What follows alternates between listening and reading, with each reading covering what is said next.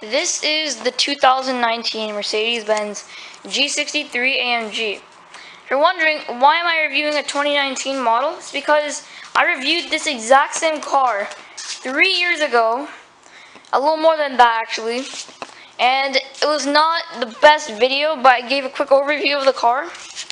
So in this video, I'm going to give a better video of the car, go a little more in depth of it. So even the car locks by itself, doesn't have keyless go or anything, but there are many other things we can go over that I really did not talk about in the other video. So without further ado, let's get on with it.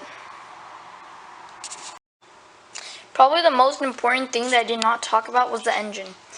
This is Mercedes' AMG 4-liter twin-turbo V8 with 577 horsepower and 627 pound-feet of torque. This engine is the same one in the Mercedes-Benz GTR, the GT63S, the Mercedes E63, but in other cars there's different tunes. This one, you can't tune it for Mercedes, but it has 577 horsepower and 627 foot-pounds of torque. And this can propel the 6,000 pound beast to 60 in like just 4 seconds. Like, that's insane. Another thing I didn't really touch up on it was the cameras in this car. Here is the backup camera. It's mounted right under the spare tire, whereas in the previous gen Mercedes G-Class, it was up right where this new LED taillight is.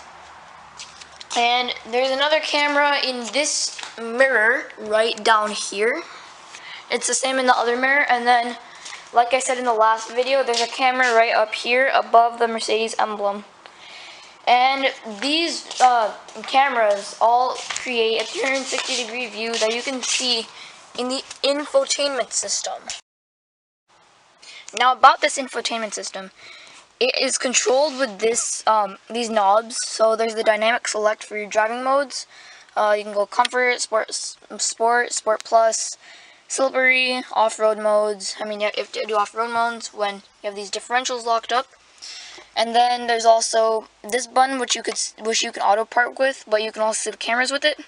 You can't do it when the car is not on, meaning that if it's off like this, or if just the battery's on, you can't operate those. Here's the volume button. Here, or it's not a button, it's just a scroll pad. I really love it. Here's the knob I normally use to control the infotainment, and here's a mouse.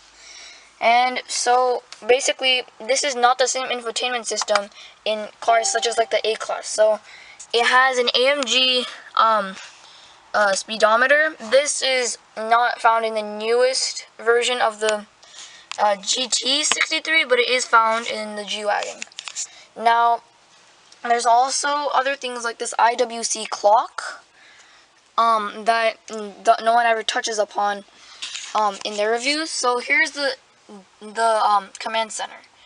Basically, this is not the same MBUX system as in the A-Class because it's not touchscreen, and also this is like the 2016 version. I mean, there's nothing wrong with it. Is that the A-Class one is just that it's a newer version. It has the newest version of the MBUX.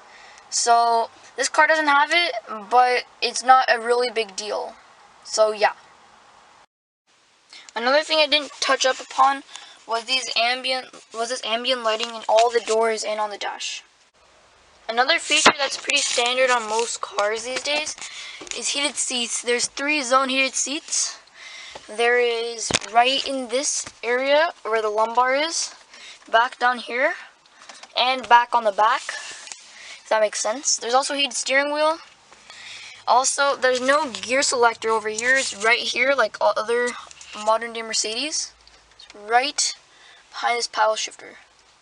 And there's also another one down there. There's also a wiper switch, like other cars. Ha ha ha. And then there's also lights on the mirror, actually.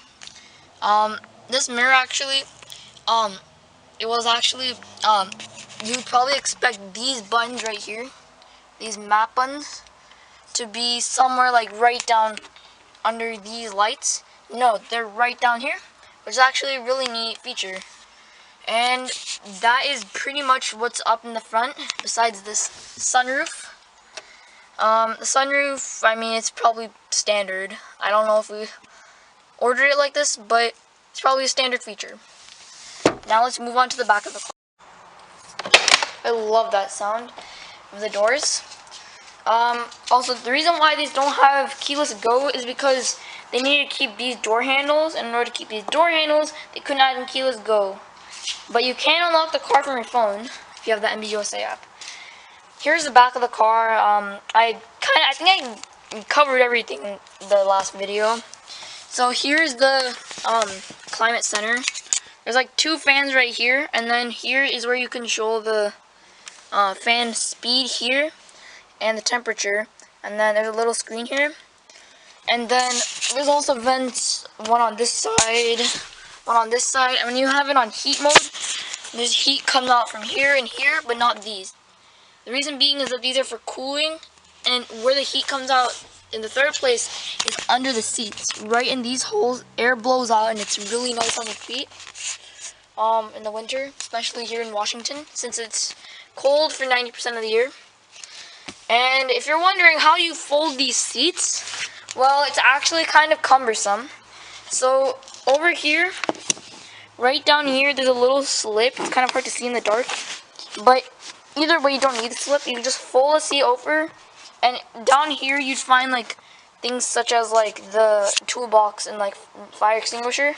And then to fold the seat, you pull on this latch, and then it folds. I just pulled it a little forward. I'm going to pull it all the way. One thing you might want to do is put this headrest down when you're folding these seats. It's kind of hard to do it with the camera in the hand. Right there. Now the seat's now the headrest is folded. Now it's much safer to put down the seat. So, and then voila. It lays flat, except there's like a big bulk thing right here, so it's not flat as like in a Range Rover Sport, but I mean it folds nonetheless. And in the back there's a lot of cargo space to put like plants or like wood, not like you do that in such a nice car. And this car, it's pretty big in the trunk. With these 2 seats folded down, it's a lot bigger. You can't fold these seats upwards so they face flat like this, but nonetheless, it's quite a lot of space either way. So now let's move on to the trunk. Now let's move into the trunk. In the trunk, there's quite a bit of space. It goes out about 2 feet, maybe even 3.